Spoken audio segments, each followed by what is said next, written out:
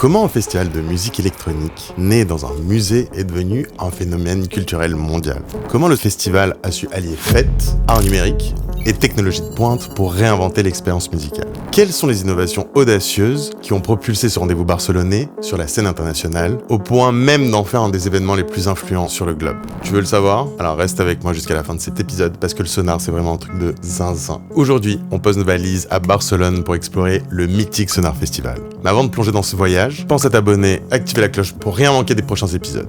Allez, maintenant c'est parti, tu mets ta ceinture, on se détend et on part en Catalogne.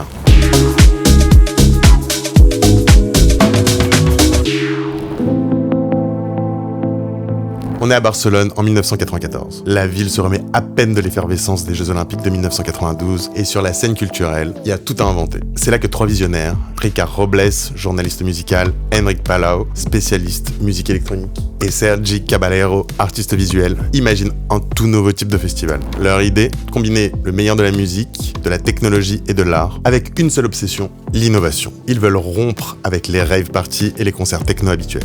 Pour eux, la musique électronique mérite le même respect que les beaux-arts. C'est en juin 1994 que la toute première édition du Sonar, alors surnommée Festival of Advanced Music and New Major Art, voit le jour. Et le décor est directement posé. Sonar by Day se tient en plein cœur de Barcelone, dans des lieux culturels comme le Musée d'Art Contemporain, le MACBA, et le Centre de Culture Contemporaine, CCCB. Tandis que le Sonar by Night investit un club pour faire danser les foules jusqu'à l'aube.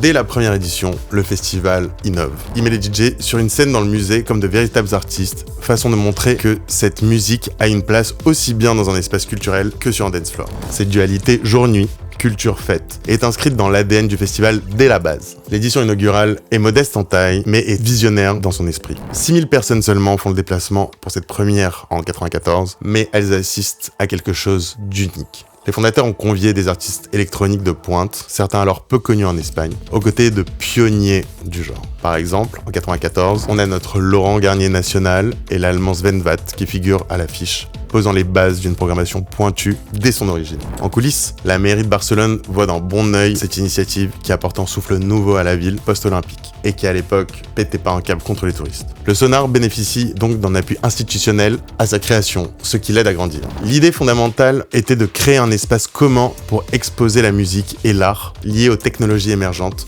en englobant tous les styles qui popaient à l'époque, aussi disparates soient-ils, en rendant hommage aux pionniers, expliquaient plus tard les fondateurs. Très vite, le Sonar se forge une réputation d'événement éclectique et novateur. Imagine à l'époque, au milieu des années 90, la techno fait vibrer les clubs, mais un festival qui mélange concert électronique, art numérique et ambiance de musée, c'est du jamais vu. C'est ce pari audacieux qui va faire du Sonar un ovni culturel dès ses débuts. Après des débuts prometteurs, le Sonar entre dans une montée en puissance fulgurante. D'année en année, le bouche à oreille attire de plus en plus de curieux et passionnés à Barcelone. On est loin des 6000 pionniers de 94. Aujourd'hui, le Sonar rassemble autour de 100 000 personnes chaque année, venues chercher cette mixité unique d'art et de technologie. En 3 décennies, le festival barcelonais est même devenu l'un des plus grands rendez-vous de musique électronique en Europe. Un vrai phénomène. Au fil du temps, la programmation du Sonar fait défiler la crème de la musique contemporaine. La liste des artistes passés par Barcelone a de quoi donner le vertige. Daft Punk, Björk, les Chemical Brothers, Kraftwerk, Underworld, Aphex Twin, Richard Houghton, Orbital, Massive Attack, Rosalia, Sonic Youth, Beastie Boys, Diplo, et j'en passe. Tous ces grands noms, des pionniers de la techno aux icônes de la pop expérimentale, ont en commun d'avoir marqué de leur empreinte l'histoire du festival. Et le Sonar ne s'est jamais limité aux puristes de l'électro. On y a aussi vu sur scène des groupes aussi divers que Roxy Music, Pet Shop Boys ou Nile Rodgers, preuve que le festival sait sortir des sentiers battus du genre. Cette ouverture d'esprit musical, c'est un peu la force du Sonar. Hip-hop, R&B, grime, trap, reggaeton, le festival a intégré au fil des années toutes les nouvelles tendances pour rester à la pointe. Rapidement, le Sonar dépasse le cadre de son musée et de son club d'origine. Barcelone, tout entière, vibre au rythme du festival pendant 3 jours. Dès la fin des années 90, la ville voit fleurir des événements parallèles. After party, showcase, expo, off, Sonar s'installe, faisant de Barcelone un haut lieu de pèlerinage pour les fans d'électro du monde entier. Au point qu'en moins de 20 ans, aller au Sonar devient aussi incontournable lors d'une visite à Barcelone que voir la Sagrada Familia ou un match au Camp Nou. En 2010, un article soulignait que le festival était devenu presque aussi populaire auprès des touristes que les attractions phares de la ville. Mais les ambitions du Sonar ne s'arrêtent pas aux frontières catalanes. Pourquoi se limiter à Barcelone quand on peut faire rayonner la marque à l'international? Dès les années 2000, le festival entame son expansion globale. Des éditions Sonar commencent à apparaître dans d'autres métropoles. À ce jour, on compte plus de 100 festivals Sonar organisés dans 35 villes et 23 pays à travers le globe. De Bogota à Reykjavik, de Buenos Aires à Hong Kong, en passant par Istanbul, Mexico, New York, Séoul ou Lisbonne, le concept s'exporte avec succès. Chaque édition hors d'Espagne n'est pas une copie conforme, mais elle porte l'ADN Sonar. Une programmation avant-gardiste, un mélange d'art et de technologie, et cette atmosphère inimitable. Nous avons beaucoup grandi, mais nos motivations de base n'ont pas changé. Chaque événement doit rester du Sonar, pas juste un nom collé à une affiche, insiste Enric Palo en parlant de ses déclinaisons à l'étranger. Le défi est brillamment relevé, puisque le réseau Sonar dans le monde entier permet de toucher un nouveau public tout en maintenant une réputation d'excellence du festival. En 2009, le Sonar innove encore sur un autre front. Il crée Sonar Kids, un festival pensé pour le jeune public. L'idée peut surprendre pour un événement électro, mais elle témoigne de l'esprit d'ouverture des organisateurs. Faire découvrir la créativité et les nouvelles technologies aux enfants, permettre aux festivaliers de la première heure de venir avec leur bambin, un pari osé qui fonctionne et se poursuit d'année en année. Aussi en 2009, le Sonar ouvre grand ses portes au son du monde. Il invite par exemple le groupe Konono numéro 1 de République démocratique du Congo, le musicien éthiopien Mulatu Astatke ou le chanteur syrien Omar Suleiman. Le festival s'enrichit ainsi de musique globale, élargissant ses horizons bien au-delà de la sphère électro-occidentale. Mais qui dit Sonar, dit aussi une identité visuelle et des idées folles. À partir de 96, le festival lance des campagnes d'affichage audacieuses qui font parfois scandale. Les organisateurs n'hésitent pas à provoquer gentiment. Par exemple, pour promouvoir le Sonar, on verra les propres parents des fondateurs en égérie d'affiches, ou même la star de football Diego Maradona en 2018, détournée de manière iconique.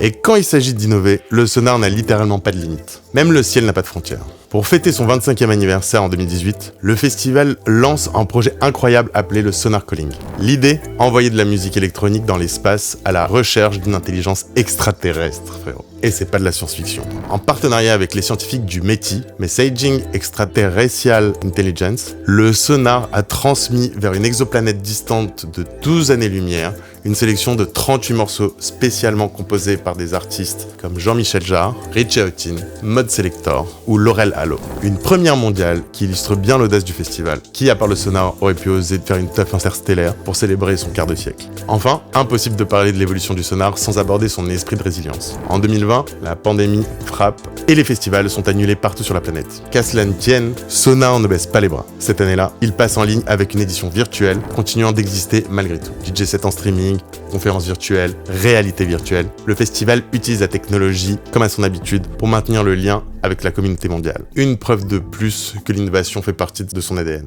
même face aux pires obstacles. Et toi d'ailleurs, est-ce que t'es déjà allé au Sonar? Et est-ce que t'as des anecdotes que tu voudrais me partager? N'hésite pas à me donner ton point de vue sur le Sonar. Personnellement, je l'ai pas encore fait, mais c'est sur ma to-do list. Mais comment le Sonar a-t-il pu prospérer pendant plus de 30 ans en restant à la pointe, alors que des tas de festivals meurent au bout de quelques années? La réponse tient en un mot. Innovation, non seulement artistique, mais aussi économique et technologique. On va décrypter ensemble le business model et les trouvailles qui ont fait la réussite du Sonar.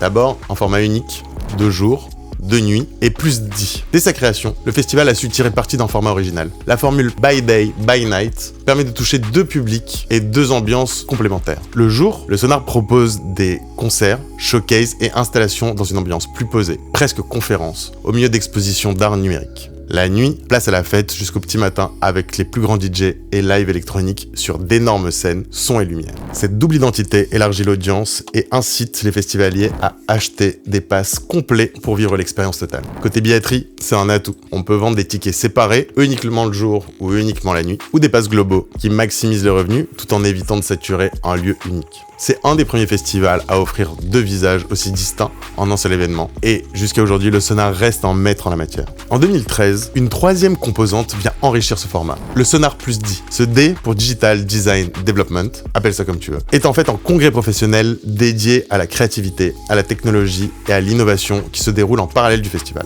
Conférences, workshops, start-up, showcase, hackathon artistique, Sonar plus D transforme le festival en hub international des industries créatives.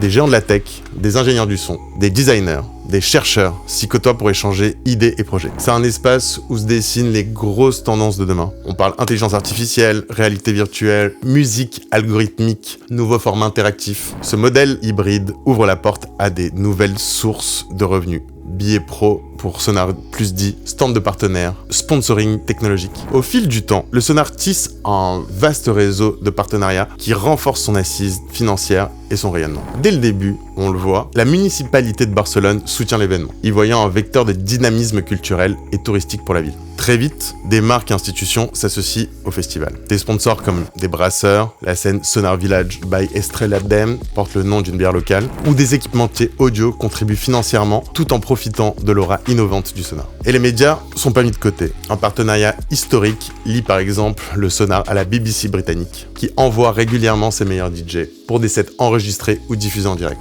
Ainsi, John Peel, légendaire DJ de la BBC, a joué au Sonar et la radio anglaise a souvent couvert l'événement, assurant une publicité internationale précieuse. Mais c'est surtout sur la synergie musique-art-technologie que le Sonar innove vraiment. Chaque année, le festival s'associe à des artistes et collectifs pour produire des créations exclusives. Par exemple, le Sonar coproduit des performances alliant chorégraphie contemporaine et musique électronique et accueille des créations audiovisuelles immersives inédites. En 2025, le festival présente près de 150 premières, coproductions ou shows exclusifs. Preuve qu'il finance et encourage la création de nouvelles œuvres audacieuses. Ici, on ne fait pas qu'aligner les têtes d'affiche, on crée du contenu neuf que les festivaliers ne pourront voir nulle part ailleurs. Et c'est un peu ce qu'on retrouve d'ailleurs sur tous les gros festivals type Coachella et autres. Artistiquement, c'est exaltant et économiquement, cela positionne le Sonar comme un incubateur d'expériences uniques qui justifie le déplacement du public et le prix des billets. Enfin, faut citer l'aspect innovant, innovation technologique pure. Le Sonar a servi de plateforme de lancement à bien des prototypes futuristes. Dans le cadre du Sonar Plus dit,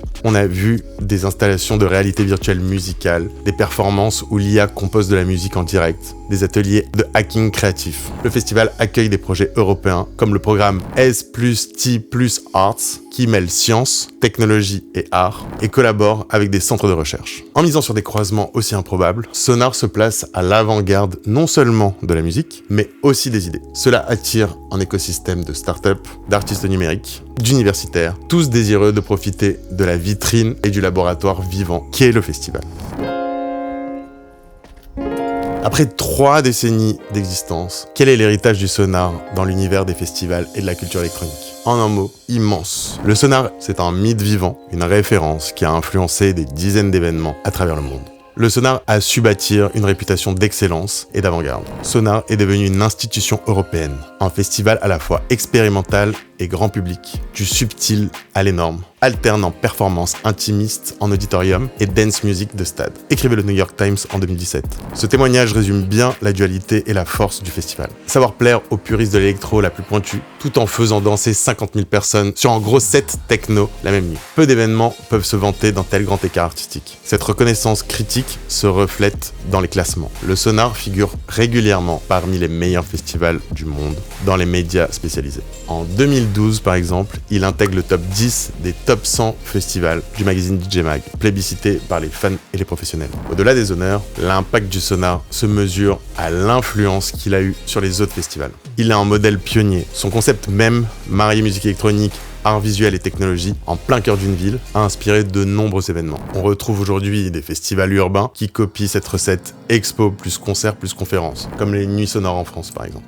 De même, la mise en scène soignée des DJ sur des grandes scènes, traités comme des artistes à part entière, est devenue la norme partout, alors qu'en 1994, c'était juste révolutionnaire. Le Sonar a contribué à légitimer la musique électronique en la sortant du sous-sol des clubs pour l'amener au musée et sur les grandes scènes. Cette évolution change le regard du grand public. L'électro n'est plus seulement une musique pour danser, c'est un art à part entière qui peut être intellectuel, visuel, expérimental. Parlons aussi de l'impact humain et culturel. Le Sonar, c'est une communauté de festivaliers fidèles qui reviennent chaque année, comme on part en pèlerinage. Depuis 30 ans, combien de jeunes et combien d'anciens ont vécu leur première grande fête électro au Sonar, les yeux écarquillés devant un show audiovisuel inédit ou en dansant au lever du soleil sur un set légendaire. Ces moments laissent des traces. Beaucoup d'artistes témoignent d'un lien spécial avec le festival. Il y a définitivement des artistes avec qui nous avons tissé une relation particulière, confie Enric Palo, citant des noms comme Garnier, Richie Houghton ou Ryuichi Sakamoto, qui considèrent Sonar comme la plateforme idéale pour présenter leurs nouvelles œuvres. Se produire au Sonar, pour un artiste électronique, c'est un peu comme décrocher la palme. C'est la garantie d'un public curieux et réceptif dans le contexte valorisant. Certains ont d'ailleurs découvert le festival en tant que spectateurs avant d'y jouer en tête d'affiche des années plus tard. Un véritable passage de témoin générationnel. Sur le plan culturel, le Sonar a eu un effet d'entraînement sur Barcelone et sur la scène électronique européenne. Le festival génère un élan. Toute une économie locale se développe. Clubs, labels, artistes, tourisme musical. Chaque année, en plus des retombées économiques, on mesure les retombées créatives. Expositions, rencontres artistiques, collaborations nées au coin d'une table de conférence du Sonar plus dit. Autant de projets qui se développent ensuite partout dans le monde. On peut dire que le Sonar a contribué à démocratiser l'avant-garde, rendre accessibles des formes d'art et de musique innovantes à un large public dans une ambiance festive. C'est ça sa plus grosse réussite. Pendant le festival, Barcelone devient un laboratoire vivant de multiculturalisme où les barrières linguistiques s'effacent sur le dance floor. Combien d'amitiés internationales sont nées au Sonar au détour d'un concert ou d'une queue devant un food truck? L'émotion partagée devant un set magique, le frisson collectif quand les basses font vibrer la foule, ce sentiment d'appartenir à quelque chose de plus grand que soi, c'est ça aussi l'expérience Sonar. En 3 actes se dessine le portrait du Sonar Festival. Une aventure humaine et artistique hors du commun. Parti d'une réunion de potes idéalistes en 94, il est devenu un titan de la scène électronique, sans jamais trahir son esprit d'origine, fait de créativité et d'avant-garde. Aujourd'hui, et malgré le rachat par Superstruct et des fonds d'investissement, le Sonar continue à surprendre et à inspirer, prouvant qu'innovation peut rimer avec tradition lorsqu'on a une vision forte. Que ce soit via son héritage culturel, ses innovations technologiques ou tout simplement les souvenirs impérissables qu'il grave dans la mémoire des festivaliers, le Sonar marque l'histoire des festivals. C'est tout pour le Sonar. Si cet épisode t'a plu et que tu ressens, comme moi, l'appel du Sonar, n'hésite pas à liker et t'abonner à la chaîne. Ça aide vraiment beaucoup la chaîne. Et surtout, dis-moi en commentaire quel festival t'aimerais voir pour le prochain épisode. Je vais lire tous vos commentaires et toutes vos suggestions pour pouvoir préparer la suite. Merci d'avoir suivi cette vidéo jusqu'au bout. On se retrouve très vite pour un nouveau voyage au cœur des plus grands festivals. Et à bientôt sur Un Festivalis. Cheers!